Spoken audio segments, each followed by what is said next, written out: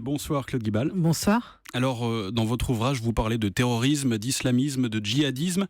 En quelques années, vous dites que ces termes se sont un peu fondus, beaucoup d'actualité. Il faut remettre du sens dans tout ça ? C'est-à-dire qu'effectivement, islamiste, c'est vraiment un mot fourre-tout qui n'a pas déjà la même signification selon d'où on parle, selon qu'on soit dans un pays qui n'est pas de tradition musulmane ou selon qu'on soit en Égypte ou en Arabie Saoudite. Et qu'est-ce que c'est un islamiste ? C'est difficile à dire quand on peut mettre sous ce même mot aussi bien un djihadiste que quelqu'un qui pratique un islam politique comme les frères musulmans ou les gens de l'AKP par exemple en Turquie. En France, une islamiste, ça va être une jeune fille, une jeune fille qui se met à porter le voile, on va dire, elle est islamiste assez facilement, alors qu'en Égypte, une fille qui porte le voile, c'est d'une banalité sans nom, et ça recoupe pas du tout le même genre de démarche. Donc voilà, je voulais à la fois déconstruire le mot et en déconstruisant ça en rencontrant des gens, en fait, en enlevant un petit peu le côté théorique, juste raconter ce qu'a été ma vie de reporter pendant 20 ans, essentiellement au Proche-Orient, mais aussi ailleurs où j'ai pu rencontrer justement ces islamistes entre guillemets, et montrer que derrière le vocabulaire, il y a des gens avec des parcours tous très différents, et comme ce sont des gens, comme ce sont donc des humains, de la matière vivante, des gens qui changent aussi, on peut avoir et avoir été, être et avoir été, on peut changer, on peut aller vers davantage de radicalisme ou pas. Alors, avant de parler de ces gens, justement, comment est-ce qu'on fait pour écrire un livre pareil, qui s'étend finalement sur 20 ans de votre expérience de journaliste ? Vous souveniez de tous ces gens, ou alors vous êtes replongé dans vos notes ? On prend des notes déjà, et oui, en fait, en reportage, j'allais dire, je suis à 100% en reportage, et chaque rencontre est une rencontre. Je pense que pour que quelqu'un vous parle avec sincérité, et ou au maximum de sincérité, il faut vraiment aller proche, il faut vraiment établir une relation avec la personne, ce qui veut dire aller proche aussi de personnes dont le discours peut vous perturber. Ça veut dire qu'il faut accepter d'être profondément remis en cause, par exemple, sur ses certitudes, ou en tout cas savoir qu'elle risque d'être chamboulée. Donc à chaque fois, ce sont des rencontres qui ont été significatives pour moi, parce que il faut voir que quand je suis arrivée au Proche-Orient en 97, je connaissais absolument rien du monde arabo-musulman, encore moins de l'islamisme, et donc j'allais dire, c'est aussi entre guillemets mon cheminement face à un mouvement donc islamiste, une fois de plus avec des guillemets, qui s'est beaucoup modifié entre 97 et 2016. Eh bien, aujourd'hui, l'islamisme est une notion qui est rentrée dans la tête de tout le monde. Le terrorisme islamiste est rentré enfin, on a connu en France des attentats en 95, etc. Mais en 2001, c'est arrivé à l'échelle de la planète finalement chez tout le monde. Aujourd'hui, on le revit avec la même sidération avec l'État islamique. Et donc voilà, c'était pour montrer à quel point tout ça faisait des notions qui avaient changé.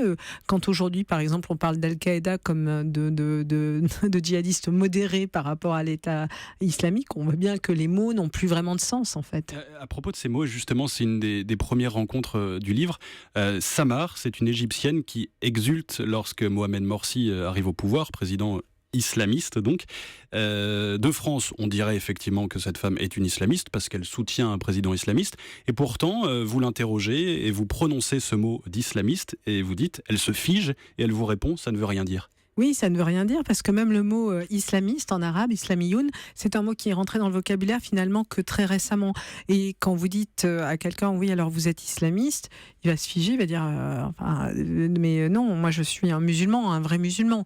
Islamiste, pour lui, souvent ça ne veut rien dire. Alors maintenant, mais c'est très très récent, hein, ça fait qu'un an ou deux que certains se revendiquent islamistes, mais jusqu'alors, non, ce qu'on verrait nous comme un islamiste ou un fondamentaliste, c'est quelqu'un qui se définit lui comme dans un rapport véritable, authentique à l'islam. Et ce livre s'appelle Islamistan. Premier abord, j'avoue que je me suis dit que c'était un petit peu anxiogène, et après je me suis rendu compte que c'était des portraits.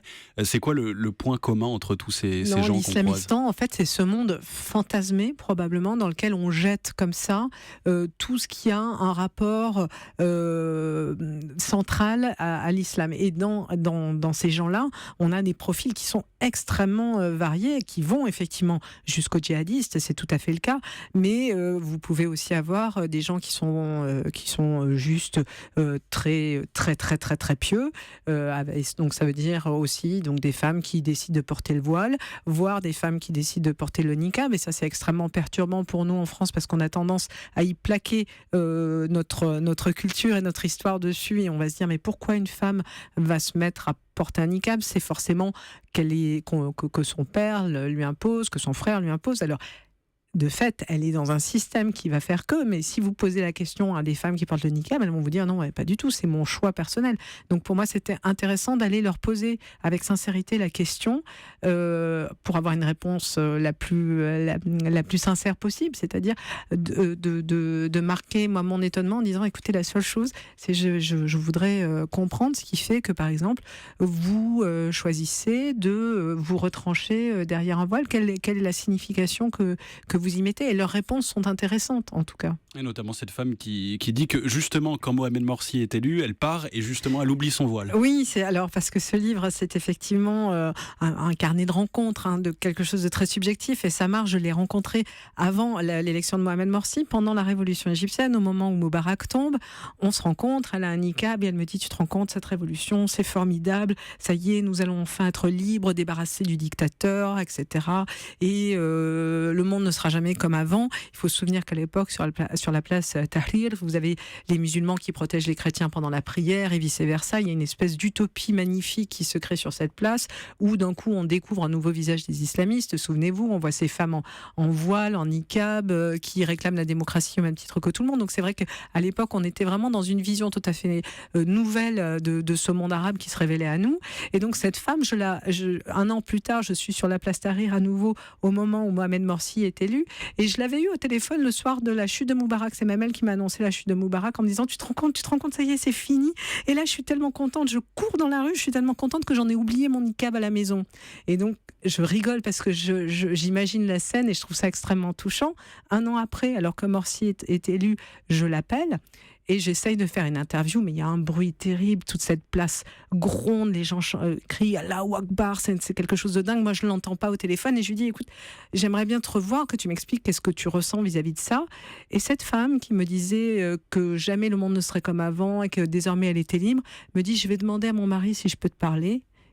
Et je n'ai jamais pu lui reparler parce que son mari n'a pas voulu.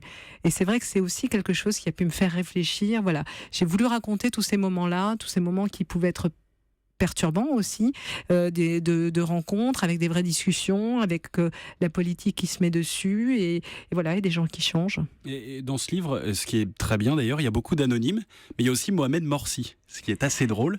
Quoi qu'à l'époque, il était plutôt anonyme puisqu'il n'avait pas encore été élu président. Et vous écrivez dans votre carnet de notes bof bof.